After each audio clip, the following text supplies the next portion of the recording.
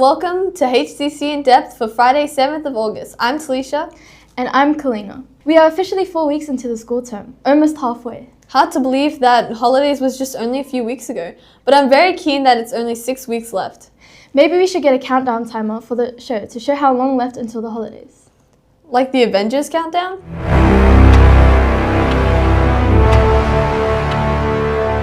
Exactly. This is a reminder that on the 15th of August is a Heritage College Cultural Night. It's a fundraising event to help raise funds for our students heading over to Samoa. To find out more, click on the link in the description. Time to take a look at what's been happening across the school this week.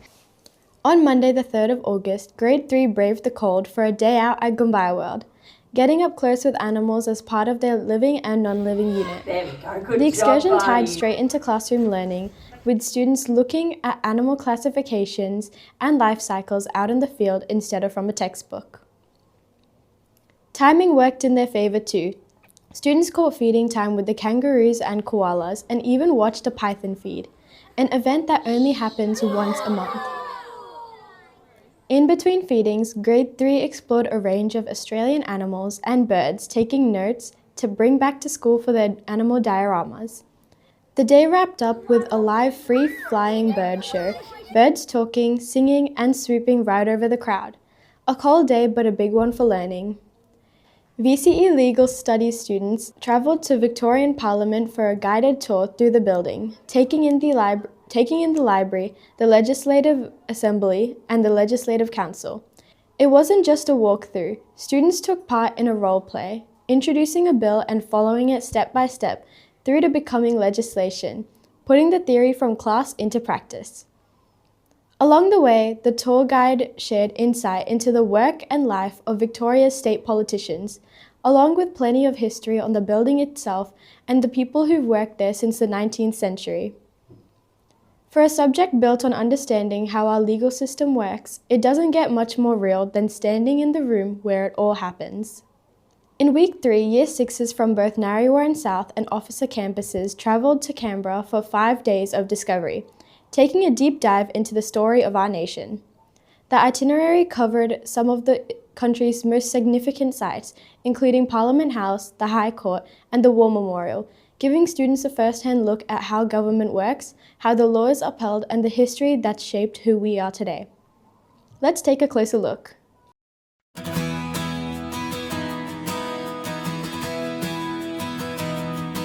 So last week we went to so many cool places, like the Australian Institute of Sports, the old Parliament House, the new Parliament House, and my personal favourite was the old Parliament House because we got to learn how to run an election and how it works, and it was just so cool because it was my first time learning how it goes. We went to so many exciting and fun places. My personal favourite was the new Parliament House. I didn't realise how big it was. And also my personal favourite experiences was bowling and mini golf. Getting to connect with friends and new people were very exciting. Last week we were at Canberra and we did lots of fun things. My favourite thing was Questacon. So there were like these areas at Questacon and there were like, so one thing was there was like a mini tornado machine and you could touch the tornado. Last week we were in Canberra, and Canberra, the capital city of Australia. We went to Parliament House, we went to the Governor General's house, we did lots of things about civics and citizenship. So last week we went to Canberra for a week and it was very fun. I loved the cabins where we were staying and the places that we went to, so many great places. I loved the High Court. High Court is basically where they solve really big cases and they help, close it, solve it all and finish it. So we went to Canberra for our camp. We did lots of fun things. It was overall an amazing trip. I met lots of friends. Our cabin group was really good. And my favorite part was probably either Questacon or the Parliament House because it's kind of a luxury to go to the Parliament House. For those who have been living under a rock, we have something called Rally Verses here in HCC In Depth. These rallies are linked to our values and can be found in all things that you might do in your life, and something we like to uphold here at Heritage College. Let's see who sent through a video this week. Show respect to everyone. 1 Peter chapter 2 verse 17. Another great verse. Thank you for sending that through. If you'd like to read a Bible verse, ask your teacher and get them to record you. Then have them send that through to the HCC In Depth team. For those at home, simply scan this QR code for more information. This week we've had so many things happening inside of the school. I'm keen to see what's been happening outside the walls of Heritage. Kritika has more on this for this week's Beyond Heritage. Welcome to Beyond Heritage. Here's a look at some of the biggest stories happening around our local community over in Officer.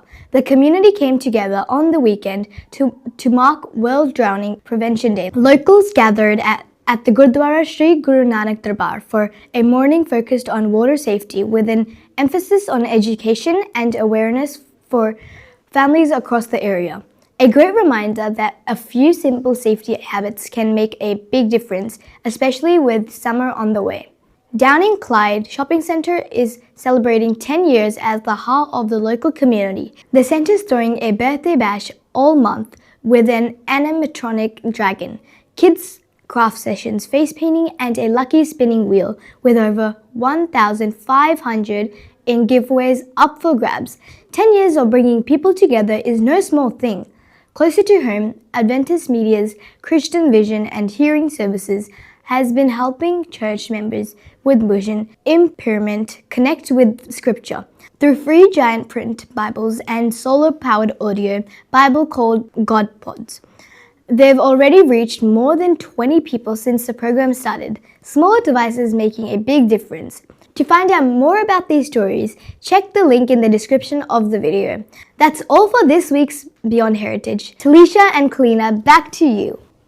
It's been another week of sun, wind, rain and cold. So let's see if Melbourne's doing that thing it does best. Get ready for a proper Melbourne mixed bag this week, folks. We're talking frosty mornings, sunny afternoons and a sneaky bit of rain trying to gate crash by Monday. Classic 4 season in 4 days energy. Friday, partly cloudy with a chance of morning frost out in the northwest suburbs. Light winds, a cool one, sitting between 2 and 13 degrees. Saturday, frost and patchy fog to start, but it clears into a sunny afternoon. Wind stays light before turning northerly 15 to 25 kilometers an hour. Highs up to 16 degrees. Sunday, a sunny day for the most parts, though there's a slight chance of a shower sneaking in during the evening. Winds picking up from the north 25 to 35 kilometers an hour, warming up nicely to 17 degrees. Monday, back to a typical Melbourne with a very high chance of showers rolling in through the afternoon and evening. The UV index is a low across the board, so there's no sunscreen dramas this week. Just maybe pack a jacket for the morning. Honestly, Melbourne, just pick a season and stick with it. TELICIA and KALEANA, back to you. Don't forget, in week 5 on the 15th of August is the Heritage College Cultural Night. It'll be an awesome night. Hello ladies and gentlemen, and welcome back to another segment of HCC In Focus, where we interview new people every week and learn their story. Today I am joined by Heritage College's very own sports prodigy, Wade. Wade, thank you for being on the show today. You're welcome. So today you're here because we have a very special announcement to make, but it's your announcement, I'll let you make it. So I've been selected by CSCN to represent Heritage College at the first CSCN USA basketball tour. Yeah, that's great news. I'm sure you're excited to go all the way to the US to play basketball. Yeah, I'm ecstatic. So going all the way to US to play basketball, I'm sure that didn't come with very easy work. Tell us a little bit about your story regarding basketball. Like, where'd you start, your teams, how you felt? I started playing basketball when I was 6 years old. I used to play with Israel actually out of a Saints club. And then I tried out for my first rep team at KC Cavaliers when I was 8, I think, and made my first team there. And that's kind of where my passion for the game started, because that was a big leap for me. I'd never played for a rep team before. That's kind of where it all started at. So you've been playing obviously for quite some time. Where do you reckon that passion comes from? What gets you up every day and you keep playing as hard as you can?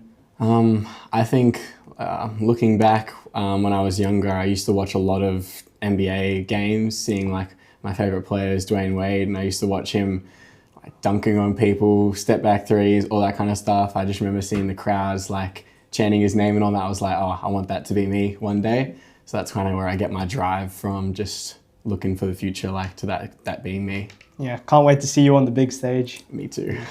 So Wade, can you tell us a little bit about how you play, what position you play on the court? Yeah, so currently I play a point guard, so I'm like the floor general, so I tell basically all my teammates what to do, where to go, and how to run our plays and stuff. So that's my role now. I used to actually, when I first started playing, be the center, so I was the biggest guy on the court, at least for my team. So I would get rebounds, give it to the guards and let them dribble the ball up the court kind of thing. Yes, that's kind of... Yeah. Do you feel that change in positioning might have impacted your game at all? Yeah, definitely. From being a center, I remember getting beaten up a lot because I was so much smaller than the other bigs on the team. So I got a couple of elbows every now and then, but it's definitely made me a more physical point guard, so I can take hits when I drive and all that, and makes it a lot easier. Yeah. Injuries are part of the game. I'm sure they're bound to come. Yeah. So Wade, you've gone to the US before, and then I've heard it's for basketball. Can you tell us a little bit more about that?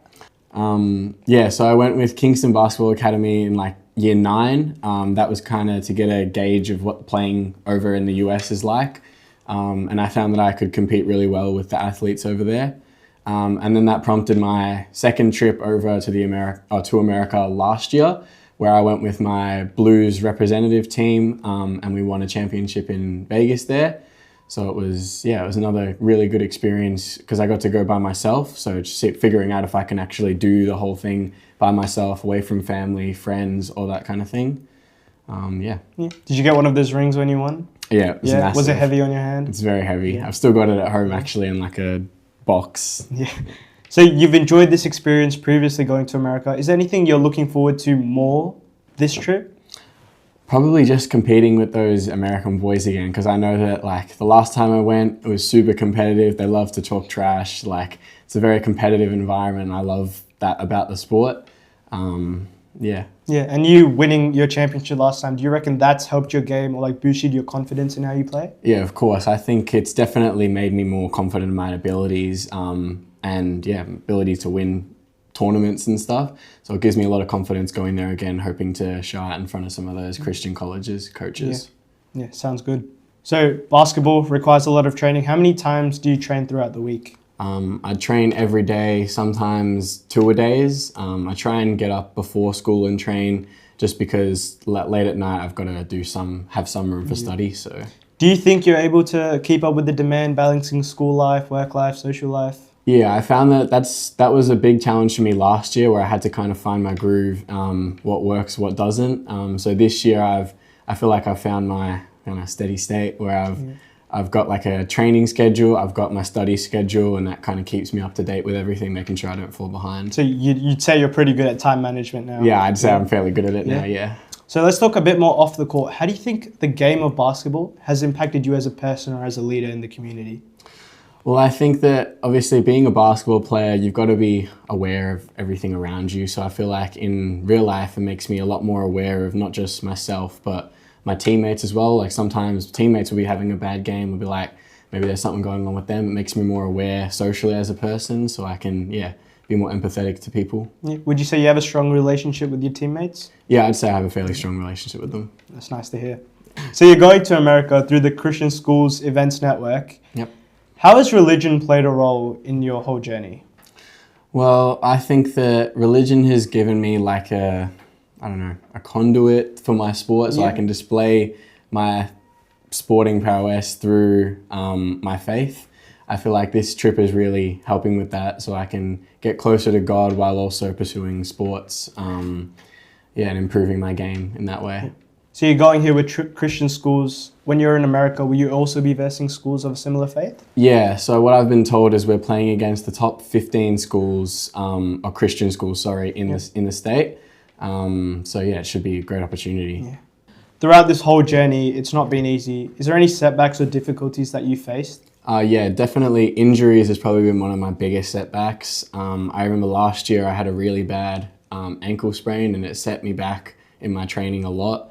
My athleticism declined, like all those kind of things declined, and even early this year I had a shoulder injury which set me back again a couple months. So definitely injury is probably one of the biggest setbacks I have as a basketball player. What would you say you do to like overcome that injury or get back onto track? I guess it more comes from like my family is a big supporter of me, so like knowing that they're with me all the way through it is definitely a big driving factor of me being able to push through. Would you say your family's played a big role in your basketball career? Yeah, definitely. Like the support they give me is, I don't know, incomprehensible. Like they push me through every day. I know like my dad gets up early in the mornings with me to train. Like he's an old man, like he's getting off at 5 a.m. to help me train, so they're always with me wherever I go. Family's always been the backbone of everyone's career. Yeah, of course. With this whole basketball career, where do you see yourself around 10 to 15 years time? Hopefully I see myself playing D1 college level, playing against some of the best in the state over there. I know a couple of my friends are at that level now, so I'm hoping to get to where they are. Yeah. Do you hope to join the NBA? Yeah, of course. What That's the number one goal, Miami Heat. Miami Heat. All right. If there's any kids that are looking to take a similar path through basketball or through sport, is there any message that you have for them?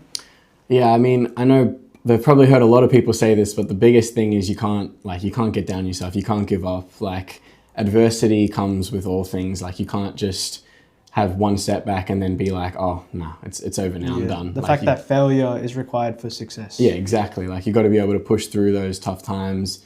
And find a way to do whatever you want to do. Well, sounds like you have that real motivation that someone needs, that drive to become a basketballer. And I can't wait to see you on that big stage playing for Miami Heat. So Wade, unfortunately, that does come to the end of the show. But thank you so much for joining us. It was lovely to hear about your story. Yeah, thanks for having me, man. We'll always love having you on the show. And hopefully we can bring you back once you're back from America with another championship on your hand. Yes, sir. If you want to learn more about Wade's story, make sure you stay tuned as we'll be covering it the whole way. Unfortunately, that does bring us to the end of the show. But if you have anyone that wants to be on HCC in Focus, make sure you let us know and we can have you on the show. Back to you in the studio. Well, that wraps up another episode of HCC in Depth. What a week. Thank you so much for joining us. Remember, if you have something to say or something you want shared, scan this QR code and we'll feature your story. Until next week, thanks for joining us. Have a great weekend.